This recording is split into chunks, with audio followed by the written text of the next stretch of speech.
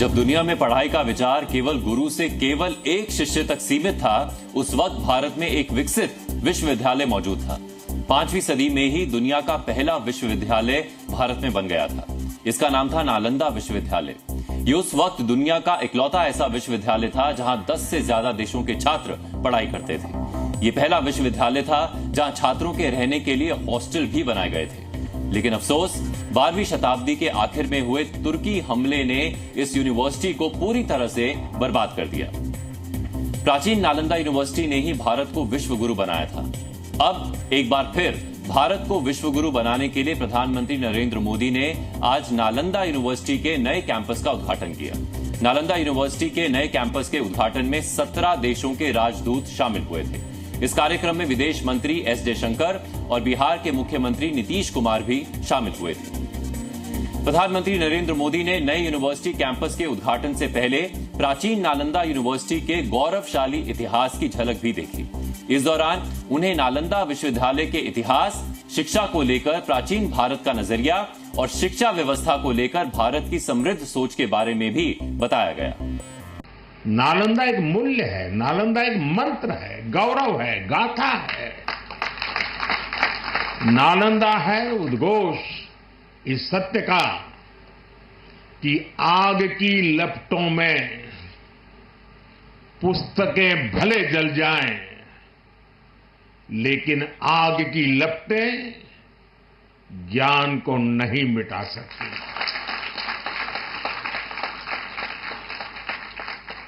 नालंदा के ध्वंस ने भारत को अंधकार से भर दिया था।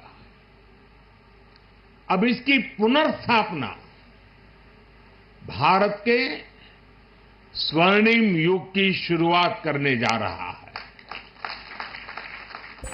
प्राचीन नालंदा यूनिवर्सिटी अगर विद्यार्थियों में प्रसिद्ध थी, तो वहीं धार्मिक कट्टरता से ग्रस्त लोगों के निशाने पर भी थी। प्रधानमंत्री नरेंद्र मोदी ने तुर्क हमलावर बख्तियार खिलजी का जिक्र किया।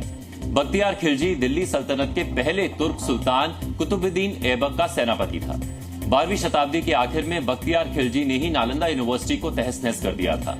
उसने ऐसा क्यों किया था, इसके लिए अलग अलग इतिहासकार अलग अलग वजह बताते हैं। जैसे कुछ इतिहासकारों का कहना है कि जब बख्तियार खिलजी ने नालंदा विश्वविद्यालय की ऊंची दीवारों को देखा तो उसने इसे किला समझा, इस वजह से उसने हमला कर दिया।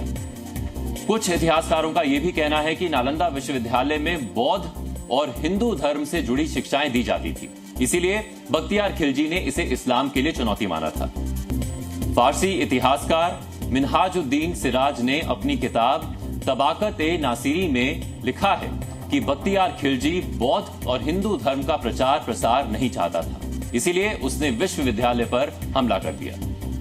हालांकि बख्तियार खिलजी वो पहला इंसान नहीं था जिसने नालंदा यूनिवर्सिटी पर हमला किया था। बख्तियार खिलजी से पहले भी 2 बार हमले हुए थे, लेकिन वो छोटे मोटे हमले थे जिनका मकसद लूटपाट था। 5वीं शताब्दी में राजा मिहिर कुल की अगुवाई में हुनों ने और फिर 8वीं शताब्दी में बंगाल के गौड़ राजा ने भी नालंदा विश्वविद्यालय पर हमला किया था। लेकिन बख्तियार खिलजी के हमले के पीछे धार्मिक कट्टरता थी। हुनों और गौड़ राजा के हमले में विश्वविद्यालय की करीब 90 लाख से ज्यादा किताबें और पांडुलिपियों को नुकसान नहीं पहुंचाया गया था। बख्तियार खिलजी ने प्राचीन नालंदा विश्वविद्यालय की पूरी लाइब्रेरी ही जला दी थी। कहा जाता है कि करीब 3 महीने तक इस लाइब्रेरी की किताबें जलती रही थी। अब नए कैंपस के उद्घाटन के साथ ही उम्मीद की जा रही है कि ये विश्वविद्यालय अपना पुराना गौरव फिर से हासिल करेगा।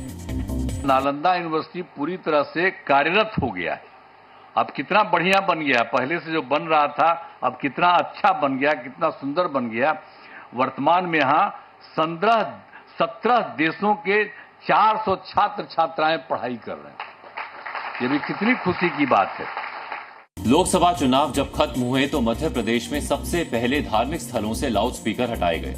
इस आदेश के पालन को लेकर मस्जिद, मंदिर और अन्य धार्मिक स्थलों के संचालक नाराज हो गए। खासकर मस्जिदों में अजान ना हो पाने को लेकर मुस्लिम समाज में नाराजगी थी। ये मामला कुछ दिन बाद शांत हुआ तो उसके बाद राज्य के मदरसों में हिंदू बच्चों के पढ़ने को लेकर एनसीपीसीआर ने ऐतराज जताया। इसको लेकर खूब विवाद हुआ, जो अभी तक चल रहा है। अब मध्य प्रदेश के मदरसों में राष्ट्रगान को लेकर एक नया विवाद खड़ा हो गया है। मध्य प्रदेश के जनजातीय कार्य मंत्री विजय शाह ने स्कूल और मदरसों में राष्ट्रगान और ध्वजारोहण को अनिवार्य करने की अपील की है। विजय शाह ने सीएम मोहन यादव की मौजूदगी में ये बात उठाई। उन्होंने इस नियम का सख्ती से पालन करवाने की भी बात कही है। राष्ट्रगान की अनिवार्यता को लेकर कांग्रेस ने सवाल उठाए। यही नहीं, राष्ट्रगान को लेकर मदरसों ने ऐतराज जताया है। मुस्लिम धर्म गुरुओं ने मदरसों में राष्ट्रगान नहीं करवाने की बात कही है। मदरसे शब्द का आप बार बार क्यों इस्तेमाल कर रहे हैं? कोई भी शिक्षण संस्थाएं उसमें मदरसे भी शामिल हैं। शिक्षण संस्थाएं चाहे मदरसे हो, गुरुद्वारे हो, चाहे कोई भी स्कूल हो, अगर वो गवर्नमेंट की एड ले रहा है तो झंडा वंदन और जनगण मन अनिवार्य होना चाहिए, ऐसा मेरा निवेदन है। ये जनगण मन की बात है, ये मदरसों में तो ठीक है, चल जाएगी। अब बहुत से मदरसे तो मस्जिदों के अंदर चलते हैं, तो मस्जिद में जनगण मन हो ही नहीं सकता। मस्जिदों में जनगण मन नहीं हो सकता। आमतौर पर स्वतंत्रता दिवस और गणतंत्र दिवस के मौकों पर पूरे देश के स्कूलों और मदरसों में ध्वजारोहण होता है और राष्ट्रगान गाया जाता है। लेकिन बीजेपी नेता चाहते हैं कि बच्चों में राष्ट्र प्रेम की भावना जगाने के लिए हर दिन राष्ट्रगान होना चाहिए। मुस्लिम धर्म गुरुओं का कहना है कि जिन मदरसों में मस्जिद है वहां राष्ट्रगान नहीं होगा।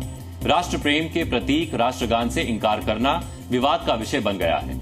अब बीजेपी नेता राष्ट्रगान ना करवाने वाले मदरसों पर एक्शन की मांग कर रहे हैं। कल तक तो ये वंदे मातरम का विरोध करते थे।